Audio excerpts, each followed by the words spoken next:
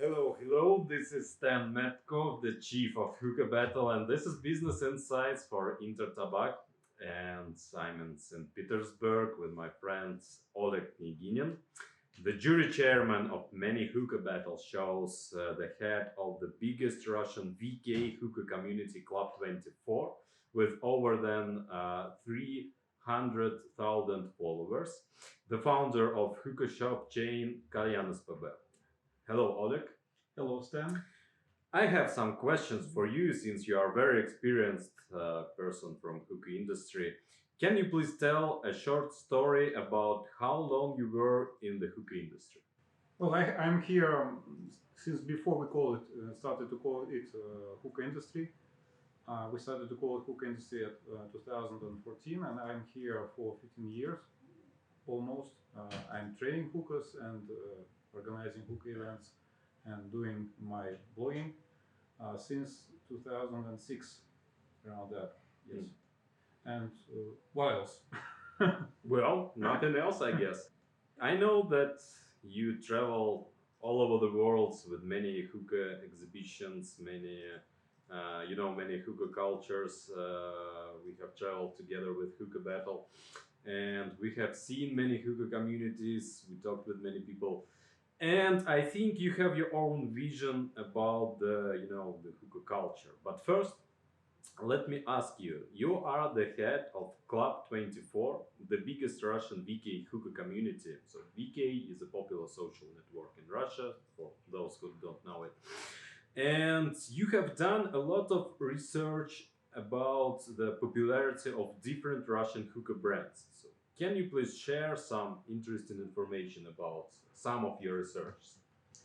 All right, so I have some insights for you from the current year, 2021.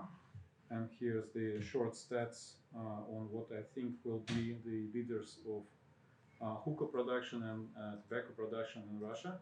And I have also done this job before for previous years, so you can see all of them on the convenient infographics, which we'll show to you. In Russia. In Russia, yes. So we have possible change in leaders from Alpha Hookah. It seems that Hook is becoming more popular right now. So Alpha Hookah being the leader of previous year, 2020. Yes. And for this year, it's gonna be Hook. Yeah, I think that the leader might change, which is really exciting. And also the DSH hookahs are also going to be more popular, and possibly shadows. And for my surprise, but nano smoke, they are becoming quite popular here. So they have made a huge success, at least in promo. And according to my research in tobaccos, we have another change of leaders. The must-have is right now seems to be more popular than Dark Side brand before.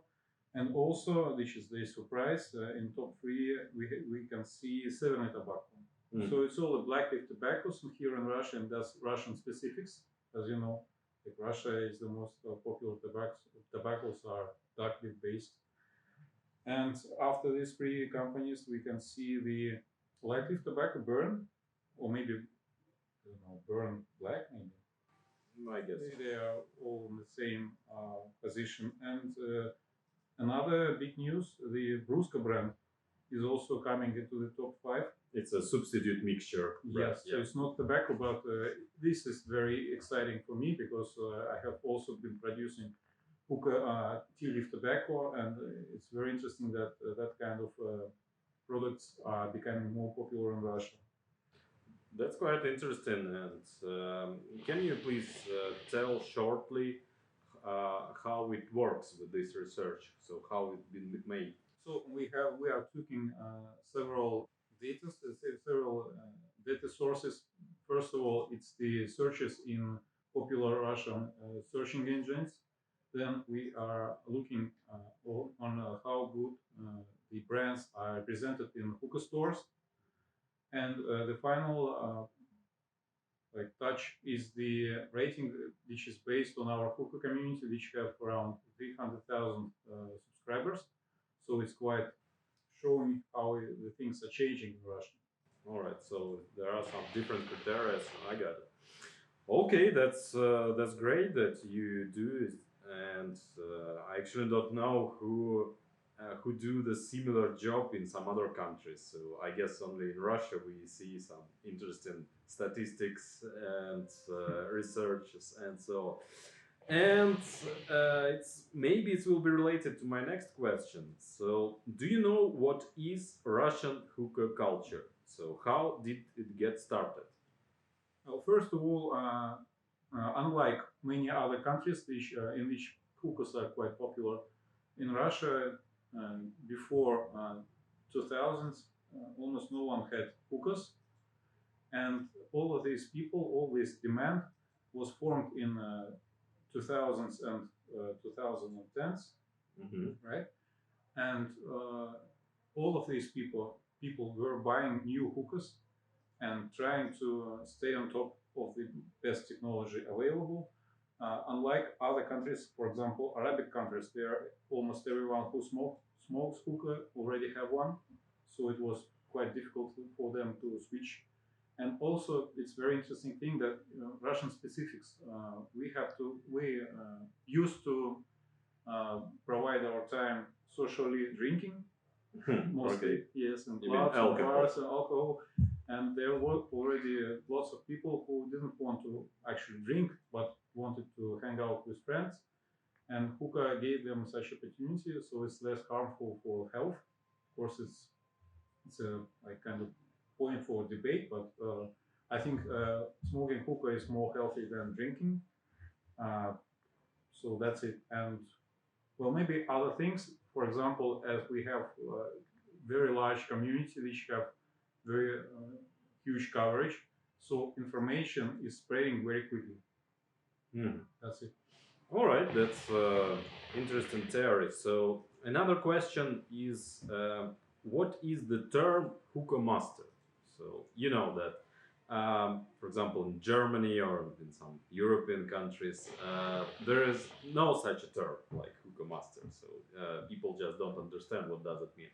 But in Russia, there are some big sense about it. So what do you think about it? Okay, so in Russia, Hookah Master, it started all around 2000s, and Hookah Master was a person who uh, really know his tobaccos with his materials, with which he's working. And in Russia, people started to mix different flavors of tobacco early. So these well-informed people with huge experience, which could successfully mix different flavors of tobacco, more successful than average person who is into the hookah industry. So these guys were better informed.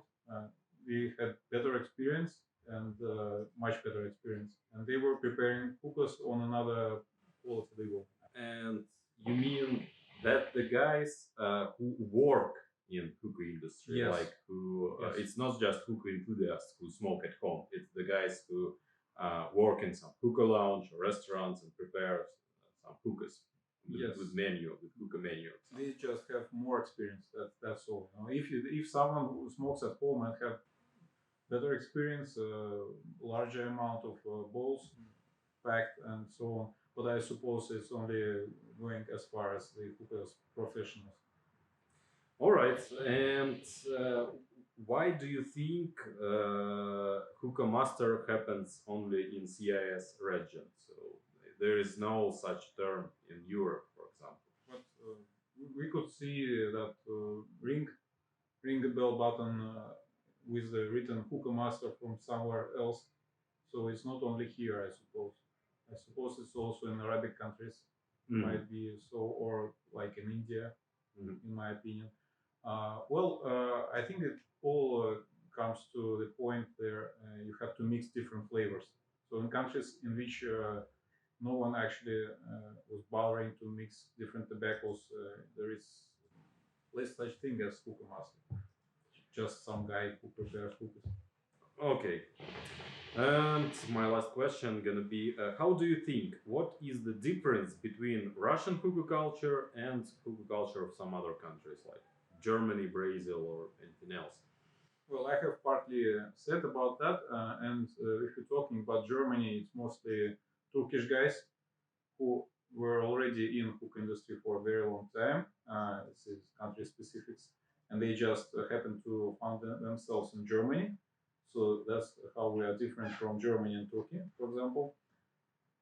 And talking about Brazil, of course, it's the climate. It's another climate, so they are preparing hookahs differently. They have different tastes for hookah themselves, and also for the tobaccos they are smoking. So they prefer more minty tobaccos, and that's a huge specific.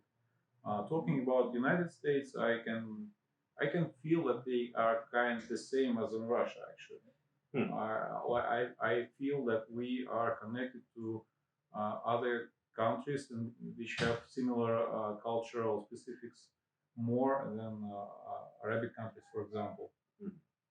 And what what do you think is the specific of exactly Russian hookah culture? Maybe you can say two or three some particular specifics. Specifics. So first of all, as I said before, it's that the hookah is becoming the substitute for drinking to fill the time with something except drinks. And second thing is the climate, I suppose, and maybe some kind of Russian specifics of Russian soul. We like for hookah to be strong and very powerful, and that brings us to the dark leaf tobaccos and so on. High nicotine brands, right? Yes, yes. All right. Well, and I think that was like short story about some Russian hookah industry and Russian hookah culture with Oleg Knyaginin. Thank you, Oleg, for sharing some information with us and some statistics. Wish you good luck with your new research with Club 24, and I hope we will have a really great time with some new Hookah Battle shows together with Oleg. Thank you for watching, and keep tuned for next business insights. Bye bye.